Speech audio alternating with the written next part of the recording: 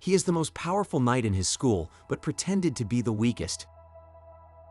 After all the crazy events of last season, on the night of the full moon, the members of the Garden of Shadows gathered for a meeting to discuss their plans and immediately received disturbing news regarding funds being sent to the City of Lawlessness. This caught Shadow's attention, and they explained that the City of Lawlessness is a place that is not under the jurisdiction of any kingdom, and is a giant slum where criminals and villains run amok and evade taxes, and billionaires evade taxes. If anything happens in this region, it could spell untold disaster for the rest of the world. After this information was posted, Shadow says he smells something brewing smells, causing the girls to panic about whether or not he's talking about them. Like Shadow's men, he smells blood from the tragedy that is about to befall the kingdom, and right at cue, the clouds part, revealing a red moon. The girls realize that this is a legendary omen of disaster, and fear that if nothing is done, not only the City of Lawlessness, but the kingdom as well will suffer destruction. Alpha orders them to be silent and begins to prepare a plan of attack to prevent the disaster, but then Shadow intervenes in the conversation and says that he can handle it alone. This statement has them worried, for if anything happens to him, they will be unable to give him any support, but Shadow tells them not to worry, for his power is far greater than what any disaster can defeat. His nonchalant attitude towards the legendary disaster, his skill with words leaves all the girls in awe, and they all bow down to Shadow's greatness, and even Epsilon makes a fanfic about what just happened. He really is the best example of a leader, unless he made up every word he just said. Elsewhere in the City of Lawlessness, two knights have just arrived at the Crimson Tower, where the Blood Queen rules, so terrifying that even common marauders are afraid to approach her. They are about to enter the castle, but they are stopped by a madman sitting on top of the wall. The man says that they are not allowed to pass through the gate, as only the queen's servants, guests, and powerful warriors are allowed here. The mages laugh amongst themselves and declare that they are powerful warriors who have come to hunt the Blood Queen, but their statement causes the man to burst out laughing, for he would never have believed that there was anyone else stupider than him. He had once been just like them, careless and cocky. He defied the Blood Queen and won her hand and freedom, but now he's just a watchdog at her gates, and his job is to slaughter fools like them. He says that he was once called the White Devil, and both realize that the name belongs to a dangerous criminal with a huge bounty on his head. But his glory days are over, and now the only joy he gets is tearing apart the unfortunate souls who wander into the castle. The next morning, Claire makes her way to the Dark Knight Association, dragging her brother Sid along. Despite winning on a technicality, her victory at the Bushin Festival has increased her fame and responsibilities. She has been assigned to hunt down vampires in Lawless City. Sid recapitulates past events up to the present moment, casually glancing around. Claire does not want her brother to become a fainéant and believes his participation will secure him a position in Midgar's Night Order.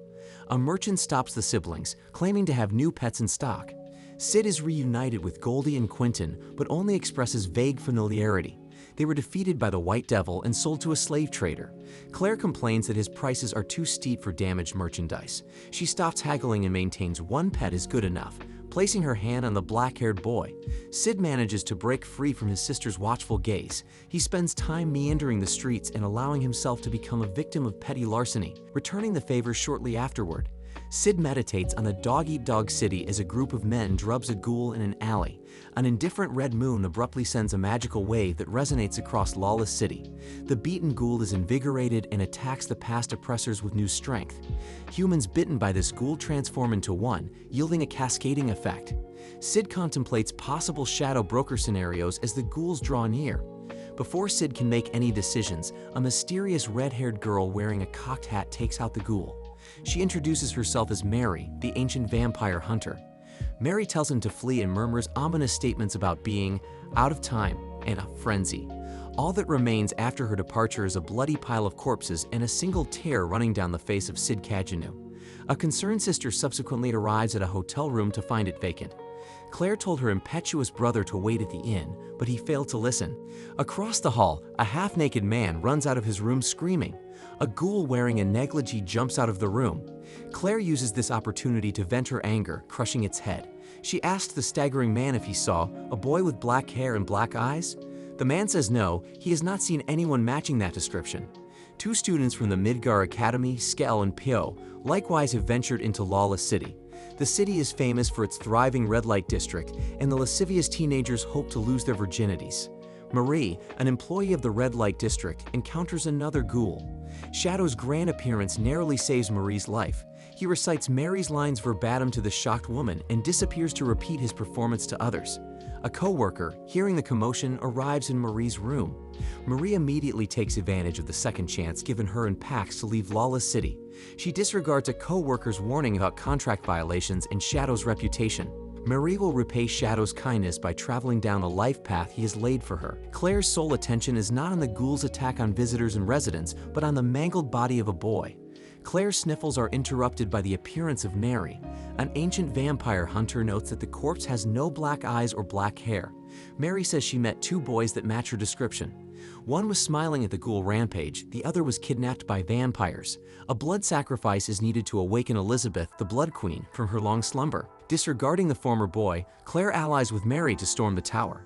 Vigorous exercise does befall Poe and Shell, but in the form of sprinting from ghouls as the destruction increases. Ghouls are running rampant across the city, and the Dark Knight Association is soon overwhelmed by the mob. The majority of members have fled the scene.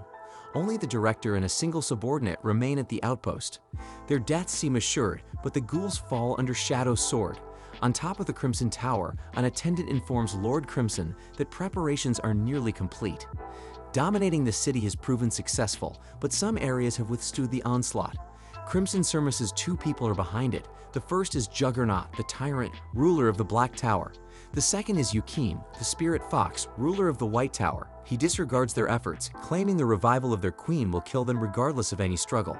The subordinate agrees but adds that one more person is killing ghouls. The two rulers Crimson mentioned are subsequently engaged in fierce combat. When no ghouls remain, Yukim and Juggernaut fight each other.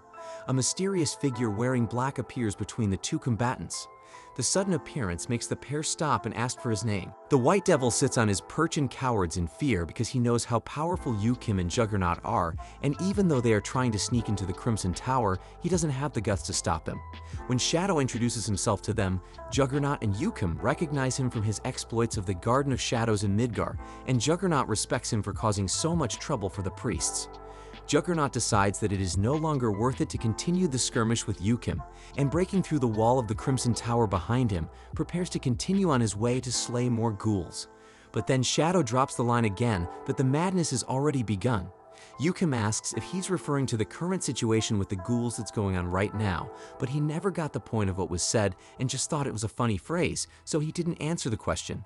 Fortunately, Juggernaut enters the conversation and says that he has heard of the legend of the Red Moon and that the three kingdoms will suffer doom when it appears in the sky. However, he isn't too worried about it and thinks it will be a good test.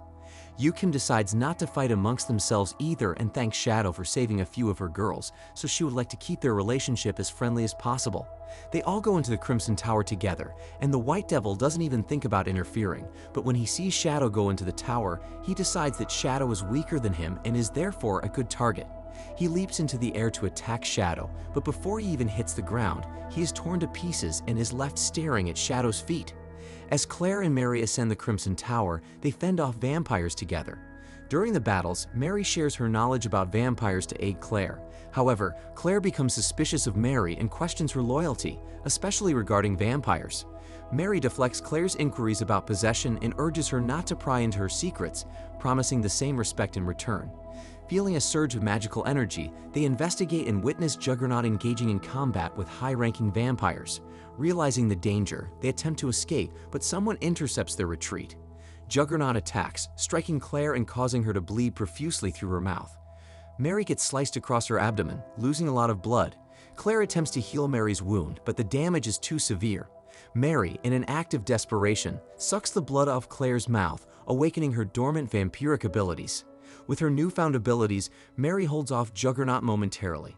As Juggernaut is about to deliver a fatal blow to Claire, Shadow intervenes, kicking Juggernaut off the Crimson Tower.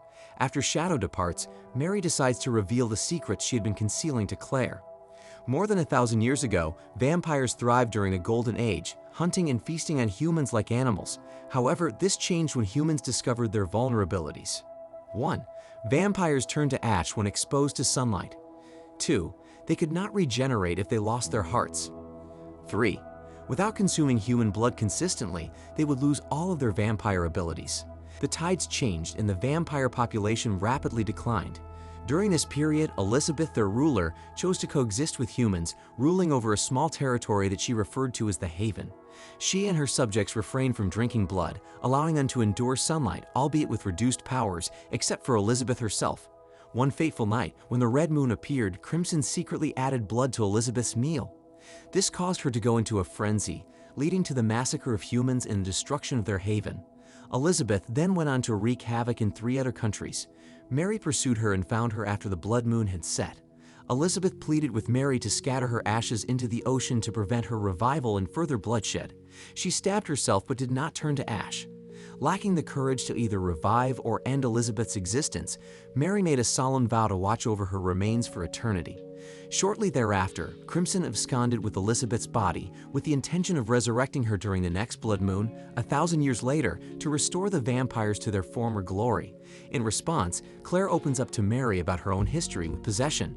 She explains that when she was younger, she displayed signs of demon possession, and now she lives in constant fear of one day transforming into a monster.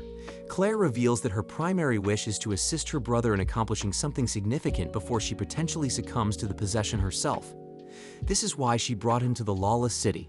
With their newfound understanding and connection, they resolve to press forward in their quest to locate the Blood Queen. Meanwhile, in the tower's treasury, Sid contemplates which treasures to loot for financing his shadow activities.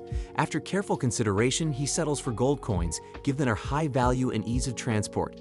He proceeds to fill his slime suit with 1,000 gold coins, which amount to 100 million zeni, before embarking on his mission to confront the Blood Queen. Atop the tower, Crimson commences the ritual to resurrect the Blood Queen. As he positions Elizabeth's heart for the sacrifice, Shadow suddenly enters, interrupting him. The vampire proved less durable than Shadow's expectations and dies. Shadow has come here expecting a boss battle, but if there's no serious challenge here, he's going to go back to the treasure room and loot some more gold. But as he leaves, we see a crimson flower bloom out of the smoke. Later, Mary and Claire also come to the top and find the victim's head. With Claire delighted that the split head is some headless nothingness and Mary perplexed as to what happened to the ceremony.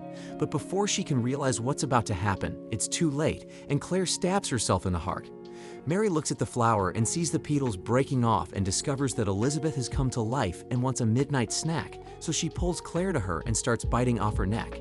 However, given that Claire is Sid's sister, Shadow Garden isn't going to just let her die in this situation, so they enter the arena in full force and perform a combo attack to save Claire and then strike her in the head to finish her off. They check Claire's vitals and she somehow continues to breathe, which is impressive considering she just lost her heart and lung to the tentacle. They assess the situation and realize that they won't be able to escape so easily as Elizabeth is healing from her wounds. However, since Shadow does nothing, and he apparently has more pressing matters to attend to, they must accept the challenge. The 3 of them rush forward and strike her, but they are caught and stop on the spot. Meanwhile, Bennett attacks and chops off Elizabeth's hands, followed by an explosion. Mary watches all of this and recognizes that the Shadow Garden is strong. They don't stand a chance against Elizabeth for one simple reason. She doesn't like the morning hours, which means 2 things. Firstly, she's been asleep the whole time, and secondly, when she wakes up, she'll be mad as hell about the power she radiates. The recently arrived Yukheim has judged the fight as beyond her capabilities, but Juggernaut decides to throw himself into the fray. Juggernaut's only contribution is adding a new body-shaped crater into a wall. The Blood Queen attacks en masse with renewed force. Betta's slime shield only delays the attack as blood projectiles injure all present allies. The silver-haired elf acknowledges that they are outmatched and orders 666 to retreat with Claire. 666 announces intentions to fight, but Betta reminds her that she has future ambitions. The deteriorating situation is aggravated further by merging tumors on previously cured possessed. Beta and the numbers all suffer from regressing symptoms, but Claire devolves the fastest. Claire wakes up in a medical bed, mysteriously removed from her last place and dressed in clothes that resemble a school sports uniform. She turns her head in the direction of a quiet voice and sees Aurora, who explains that he cured her obsession. Claire asks many questions and demands to know who's mysterious he is. Aurora dodges the answer and starts discussing the theory of evolution. Traits shared by blood may be the result of adaptation. Vampire progenitors and possessed are such an example, and the 2 blood types are reunited in Claire's body. Claire doesn't have complete control, but she is willing to help her. A mark appears on Claire's left arm to assist in this control. After continued cross-examination, Claire Violet Eyes finally admits that her name is Aurora. Aurora confesses that she's helping her because of Shadow. Before Claire can ask anything, reality shatters and shows the Crimson Tower again.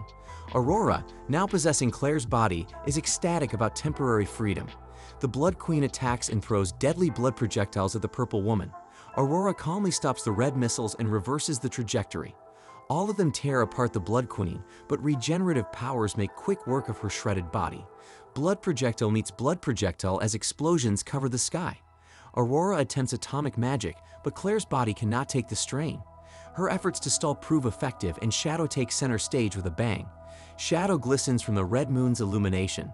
It is as if his slime bodysuit is laced with thousands of gold coins.